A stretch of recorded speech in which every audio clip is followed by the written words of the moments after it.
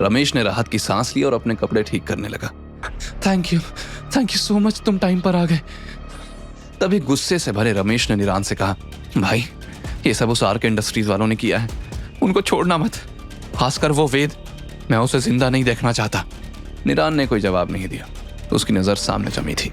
रमेश ने हैरानी से पूछा, क्या हुआ निरान भाई? ये पूछते हुए वो भी आगे देखने लगा तो जहां अभी कुछ देर पहले वेद और उसके साथियों को घेरने वाले गुंडे थे, वे सब गुंडे जमीन पर पड़े कराह रहे थे। ये क्या हुआ? इसने इतने लोगों को पीट दिया और वो भी एक साथ? तभी वेद ने मुस्कुराकर उसकी ओर देखा। उस मुस्कान को देखकर रमेश का कलेजा कांप गया। निरान अचानक चिल्लाया, भागो यहां से, ये यहां पर है, कोई नहीं बचेगा, जल्दी भागो। रमेश को समझ नहीं आया कि निरान 15-20 पहलवान गुंडों के साथ होने के बावजूद डर क्यों रहा है। वो भी निरान के साथ भागने वाला था, लेकिन वेद पलक झपकते ही उसके सामने आ खड़ा हुआ और ऐसा लगा जैसे हवा का तेज झोंका उसके बालों से टकराया। डर के मारे उसने आंखें बंद कर ली, लेकिन जब थोड़ी देर कुछ नहीं हुआ तो उसने आंखें खोली और आंखें खोलते ही उसने देखा कि वेद निरान को गिरा चुका था। वेद ने ठंडी मुस्कान के साथ निरान से कहा, सुबह तुझे छोड़ दिया था मगर तू सुधरा नहीं, अब फिर आकर मेरे सामने अकड़ रहा है, अब तू यहां से भाग नहीं सकता। निरान दर्द और डर से पसीने पसीने हो गया था। आसपास उसके साथ ही गुंडे सहमे हुए खड़े थे, लेकिन किसी में उसको बचाने की हिम्मत नहीं थी। वेद ने रमेश को इशारे से पास बुलाया, इधर आ। रमेश बेचारा कांपता हुआ आया और जबरन मुस्कुराकर बोला, भैया अपन तो एक ही देश के हैं, मैं तो हमेशा से आपका छोटा भाई रहा हूं। वेद ने उसे जोर से थप्पड़ मारा। किसे भैया बोल रहा है, इडियट? उम्र में मुझसे 10 साल बड़ा होगा तू। रमेश घबराते हुए बोला, तो फिर क्या कहूं, आप उम्र में नहीं तजुर्बे से बड़े हैं ना। वेद ने सख्त चेहरे से कहा, मुझे वेद बॉस बोल, समझे? रमेश कांपते हुए बोला, वेद बॉस? गुड, अब तुझे जिंदा छोड़ दूंगा, लेकिन जाकर अपने उस धनंजय को मेरा मैसेज पहुंचा देना। उसने मुझसे और आर के इंडस्ट्रीज से जो भी लिया है मैं सूद समेत लौटाऊंगा। उसे कह देना कि मेरा इंतजार करे, जल्द ही मैं उसके ही दरवाजे पर पहुंचकर उसका हाल एक अधमरे जानवर से बदतर कर दूंगा। रमेश ने जल्दी जल्दी सिर हिलाया, ठीक है वेद बॉस, आपने जैसे कहा है मैं हर शब्द धनंजय तक पहुंचाऊंगा। अब मैं जाऊं? वेद ने हाथ झटकते हुए कहा, अब दफा हो जा, और अगर दोबारा दिखा तो मुंह तोड़ दूंगा, फिर मैसेज देने लायक नहीं रहेगा। रमेश डर के मारे लगभग रो पड़ा। उसने वेद से वादा किया कि आज ही निकल जाएगा और फिर कभी सामने नहीं आएगा।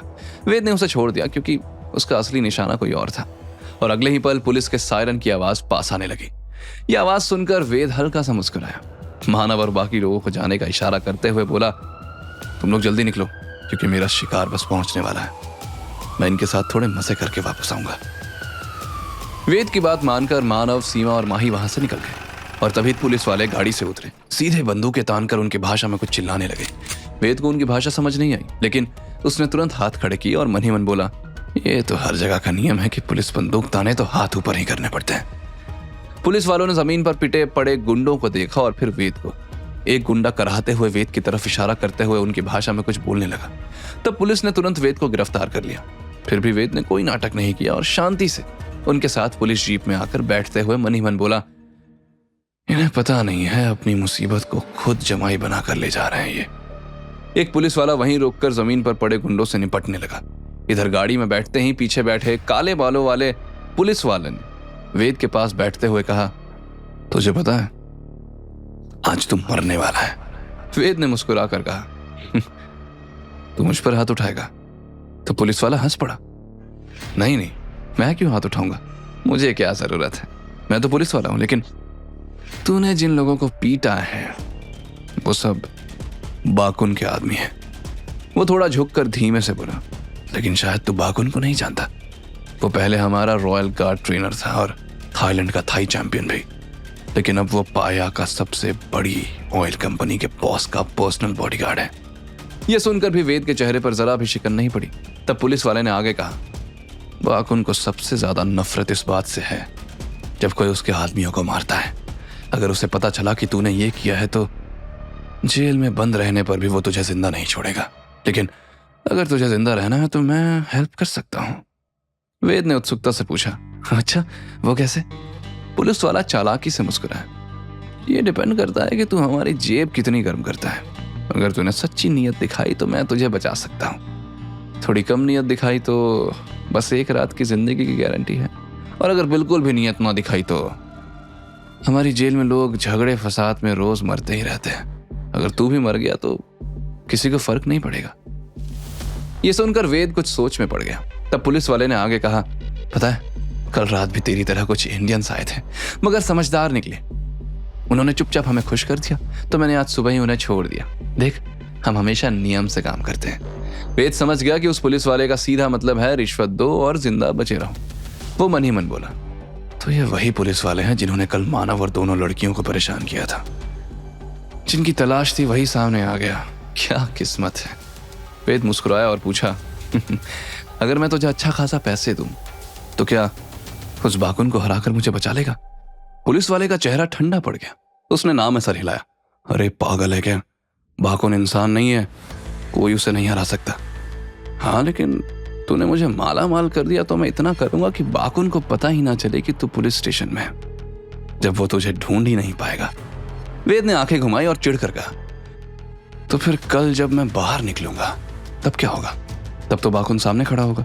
पुलिस वाला बोला, वो मेरी प्रॉब्लम नहीं है ना, मैं बस जेल के अंदर तेरी सेफ्टी की गारंटी दे सकता हूँ।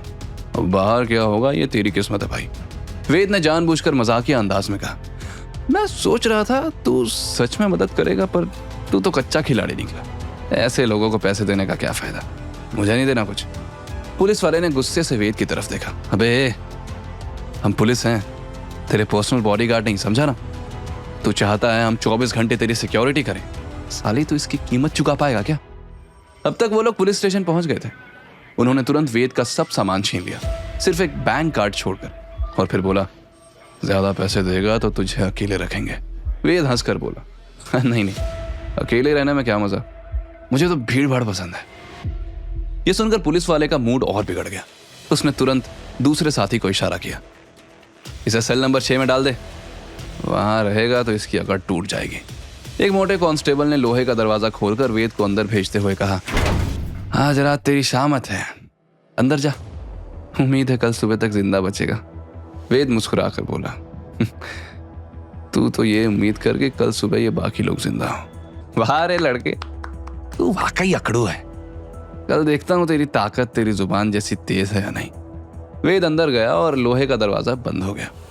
वेद ने इधर उधर देखा, तभी अचानक लाइट बंद हो गई और अंधेरे में दरवाजे के पीछे छिपा एक कैदी चादर लेकर झपटा और वेद का सर ढक लिया।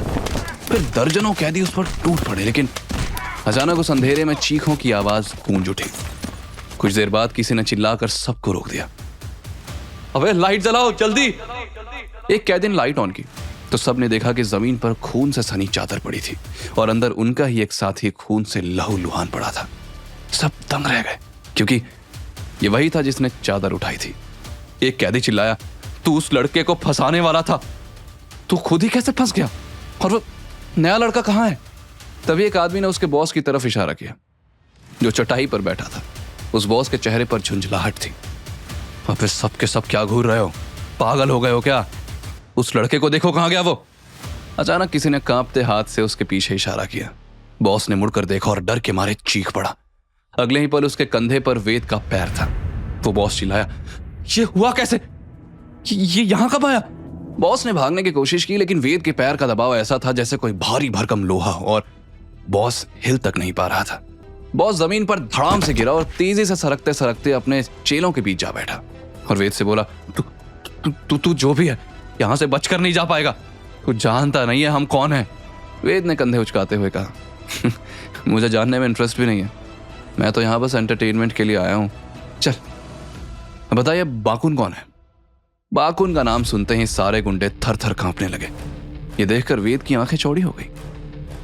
ऐसा क्या है इस बाकुन में जो सब इतना डर रहे हैं? आगे की कहानी जानने के लिए देखें अगला एपिसोड सिर्फ पॉकेट एफएम के YouTube चैनल पर, और के फॉर किंग के सारे एपिसोड्स को सुनने के लिए डिस्क्रिप्शन में दी लिंक से डाउनलोड करें पॉकेट एफएम ऐप।